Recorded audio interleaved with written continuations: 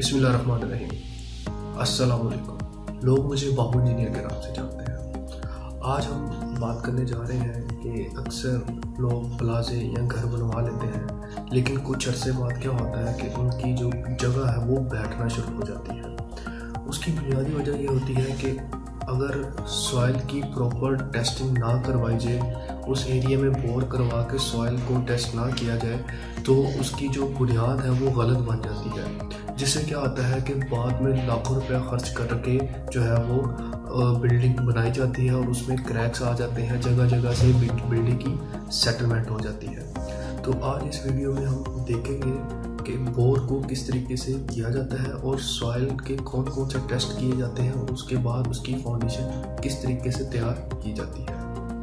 Bore करने के लिए जो मशीन इस्तेमाल की जाती है इसको लाइट परकर्शन मशीन बोलते हैं। इसके अलावा इसकी जो डिफरेंट पार्ट्स हैं उसमें ये बैरल आ जाता है, पीछे इसके मशीन आ जाती है, और ये जो बैरल है इसकी जो हाइट है या टोटल लेंथ है वो 13 फुट है। इसका जो वज़न है वो 63.5 kg है। 6 इंच इसका जो है वो डाया होता है।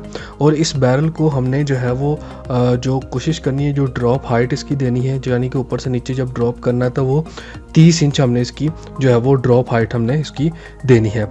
इसके अलावा हम जो है वो इसमें कैलकुलेट करते हैं नंबर ऑफ़ ब्लोज के लिए करते हैं कि 1 मिनट के अंदर जो नंबर ऑफ़ ब्लोज है वो 30 के करीब आने चाहिए, यानी 30 दफ़ा उसको हमने ब्लो जो है वो देना है। इसमें जो है वो जब पाइप के अंदर जो है वो सॉइल इकट्ठी होती है तो वो हम जो है वो सॉइल निकालते हैं, जो कि 15 फिर उसके बाद 30 फिर 45 सेंटीमीटर के मार्क के ऊपर जो है वो सॉइल पाइप के अंदर जो है वो इकट्ठी हो जाती है। अभी जो हम ये टेस्ट परफॉर्म कर रहे हैं, ये टेस्ट जो है वो 25 फुट हाइट 25 फुट डेप्थ के अंदर जाके जो है वो इसका जो बोर हमने वो करेंगे और फिर सॉइल के सैंपल्स की कलेक्शन करके फिर उसके ऊपर जो है वो डिफरेंट टेस्ट परफॉर्म करेंगे और उससे हमें पता चलेगा कि सॉइल की जो है वो मिट्टी की जो है वो क्या खसूसियत है और इसके अंदर हम किस तरह की जो फाउंडेशन है वो बना सकते हैं ताकि हमारा जो स्ट्रक्चर बने इसके ऊपर स्टेबल रहे। क्योंकि अगर सॉइल के ऊपर टेस्ट परफॉर्म नहीं किया जाता और जब अगर हम उसको घर वगैरह या कोई इमारत तमीर कर लेते हैं तो बाद में उसका जो है वो बहुत नुकसान होता है, सेटलमेंट हो जाती है, जो घर जो है वो टूट जाते हैं और ज़मीन जो है वो बैठ जाती है। तो इस चीज़ से बचने के लिए जो है इसकी प्रॉपर प्रॉपर्टीज़ का पता होना चाहिए ज़मीन की, और उस हिसाब से इसकी जो फाउंडेशन है उस हिसाब से इसका जो स्ट्रक्चर है वो तैयार हो, ताकि जो है वो उसको फिर जो काफ़ी लंबे अरसे तक इसको जो है वो इस्तेमाल किया जा सके, तो उस इतने हमारा जो पैसा होगा वो उसका नुकसान ना हो। क्योंकि जब कोई घर या इमारत जो है वो सेटलमेंट की वजह से गिर जाती है तो फिर वो अच्छा खासा नुकसान हो जाता है।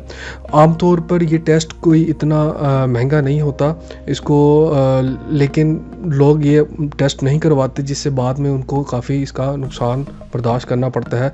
उनकी जो ज़मीन है वो बैठ जाती है, फ़र्ज जो है वो बैठ जाता है। तो इस वजह से ये वाला जो टेस्ट है इसको करवाना जो है वो बहुत ज़रूरी है, और इसको हम SPT भी बोलते हैं, स्टैंडर्ड पेनिट्रेशन टेस्ट। ठीक है, और इसमें 3 हम बोर कर रहे हैं अपनी जो है वो एरिया के अंदर, ताकि इन डिफरेंट बोर से हमें जो है वो मिट्टी की जो खासियत है, स्पेसिफिकेशन है, वो पता चल जाए।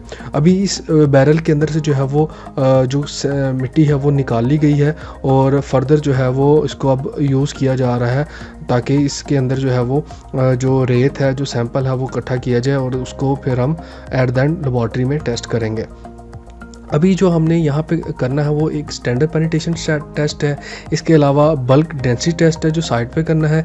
इसके अलावा हमने सैंपल्स इकट्ठे करने हैं और उसका जो बोर है वो करना है। ये 4 चीज़ें जो है वो हम साइड के ऊपर परफॉर्म कर रहे हैं इस टाइम। और साथ साथ जो है वो इसके अंदर से जो हमने सैंपल्स के लिए जो मिट्टी है वो निकालते रहना है, सॉइल जो है वो इसके अंदर से निकालते रहना है। अभी जब सैंपल का हमने लेबॉर्ट्री में टेस्ट किया है तो टेस्ट के अंदर जो एक बोर है उसकी जो स्पेसिफिकेशन है वो हमारे पास इस तरीके से आई है। इसको जब 4 हिस्सों में ये डिवाइड हो गया टेस्ट के बाद, पहले 0 से लेके 4.5 फीट तक जो है वो ये सिल्टी क्ले है इसके अंदर ज़मीन में। अगर फर्दर अगर हम 5 फुट से नीचे चले जाते हैं अप टू 14.5 फीट, तो वहाँ पे भी सिल्टी क्ले है, लेकिन ये ब्लैकिश कलर की है और ये जो है वो मीडियम प्लास्टिक इसकी जो है वो उसकी प्रॉपर्टीज़ है। अगर हम उससे से नीचे चले जाते हैं 14.5 फुट से अप टू 21 फुट तक, तो वो सिल्टी सैंड यानी रेत इसके अंदर आ जाती है। और अगर मज़ीद 21.5 फुट से नीचे जाते हैं तो फिर हम इसके अंदर ग्रेवल आ जाता है। इसी तरह हमने जो इसकी जो टेस्ट की वैल्यूज़ 15, 30, 45 और अप टू n वैल्यू तक इसकी जो है वो मिट्टी के सैंपल्स जो है वो कलेक्ट किए हैं, उससे हमारी NMC निकल आई है, जिससे हमने एक ग्राफ रिप्रेजेंट किया है।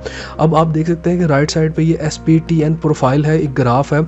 इसमें अगर ऊपर से नीचे तक देखें तो लाइन जो है वो एक इंक्लाइंड लाइन आ रही है। इसका मतलब ये है कि ये जो है वो स्टिफनेस टू सॉइल है, यानी कि ये सॉइल है, इसके अंदर क्ले है।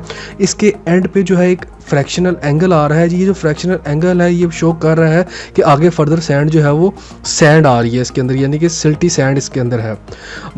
अभी साथ साइड से हम सैंपल भी कलेक्ट कर रहे हैं और मज़ीद अभी हमने इसके जो रिज़ल्ट हैं वो इसमें से आखिज़ किए हैं। वो ये है कि इसको जो है वो मॉइस्चर कंटेंट से इसको बचाना है। इसके अलावा जो है वो इसकी जो 25 mm से 50 mm तक राफ्ट की जो है वो थिकनेस होनी चाहिए। और इसके अंदर जो है वो सॉइल की जो है वो बेरिंग कैपेसिटी जो है वो अच्छी खासी जो है वो कम है। तो उस हिसाब से इसकी जो राफ्ट है उसको बताया गया है कि किस तरीके से इसमें इसको बताना चाहिए। और ये जब डिज़ाइन किया जाता है, अगर इसमें फ़र्दर अगर चेंज आता है तो फिर वो ऑन द साइट इसको दोबारा से भी इसको हम रिव्यू कर सकते हैं, क्योंकि अभी ये 3 बोर हमने इसके अंदर जो है वो साइड के ऊपर जो है वो किए हैं। तो इसके अलावा जो है वो इसकी जो बेरिंग कैपेसिटी है वो हमारे पास अगर आइसोलेटेड हम करते हैं तो वो 1.5 TSF है, जबकि राफ्ट के लिए 1.2 है। और मैक्सिमम डेप्थ इसकी 5 फुट रिकमेंड की गई है। 5 फुट के बाद जो है वो इसकी उसके ऊपर जो है फिर फाउंडेशन इसकी शुरू की जाएगी। और इसके नीचे जो है वो वेल कंपैक्टेड ग्रैनुलर मटेरियल जो है उसकी वो 1 फीट तक जो है इसकी लेयर बिछाने की जो है रिकमेंडेशन की गई है। और ये सारी के सारे इसके जो रिज़ल्ट हैं वो निकले थे। अभी एट लास्ट हम आपको दिखाएंगे कि अगर आप साइट के ऊपर टेस्ट करवा रहे हैं तो आपने एट द एंड जो है वो बोर की डेप्थ ज़रूर मालूम कर लेनी है कि आपका जो बोर है उसकी जो डेप्थ है वो कितनी है। हमने 25 फीट तक जो बोर है उसकी जो डेप्थ है वो उसके लिए जो है वो वर्किंग की हुई है, उसके लिए जो है बोर किया हुआ है। तो अभी हम ये इंची टेप की मदद से हम बोर की जो है वो डेप्थ जो है वो अब निकाल रहे हैं, वो चेक कर रहे हैं। तो ये देख लें ये 20 फुट तक नीचे जा चुका है और 20 फुट से ज़्यादा इसकी जो है वो है। और इसको चूँकि नीचे हमने रोल भी किया हुआ है इसलिए ये 25 फुट तक जो है वो इसको हमने लेकर जाना है। अगर आपको ये साइड पे कम नज़र आए तो आप मज़ीद इसके ऊपर मशीन चला के तो इसकी वैल्यू जो है वो 25 फुट तक लाएं, ताकि फिर ये इसको लेबॉर्ट्री के अंदर जब टेस्ट करवाया जाए तो इसकी जो वैल्यू है एट द एंड सही निकले। तो अभी ये जो है वो हमारे पास 25 फीट जो है वो इसकी आ गई है। और इसको फिर हम तीसरे बोर के अंदर डाल के उधर भी चेक करेंगे। और हमने इसको मतवातर जब तक 25 फीट नहीं हो जाता चेक करते रहना है। उसके बाद जो है फिर हमने यहाँ से साइड से इक्विपमेंट्स को, चीज़ों को यहाँ से रिमूव कर देना है और अपना जो टेस्ट है वो लेबॉर्ट्री के अंदर परफॉर्म करना है। अभी यहाँ पे भी जो है वो इसकी जो है वो जो डेप्थ है वो हमने 25 फुट जो है वो रिकमेंड की है, लेकिन यहाँ पे भी 18 आ रही है। तो हम इसको मज़ीद इसके लिए अब करेंगे। अब ये हमने 25 फुट के बाद जो है वो सबके अलग-अलग सैंपल जो है वो कलेक्ट कर ली हैं, जो कि लेबॉर्ट्री में जिसका टेस्ट किया गया और जिसकी आपको मैंने वैल्यूज़ ऑलरेडी आगे ग्राफ की सूरत में दिखा दी है। उम्मीद है कि आपको हमारी ये वीडियो बड़ी पसंद आई होगी। आप हमारे चैनल को लाइक भी करेंगे, चैनल को सब्सक्राइब भी करेंगे और शेयर भी करेंगे। अपना बहुत बहुत ख्याल रखिएगा, दुआओं में याद रखिएगा। अल्लाह हाफिज़।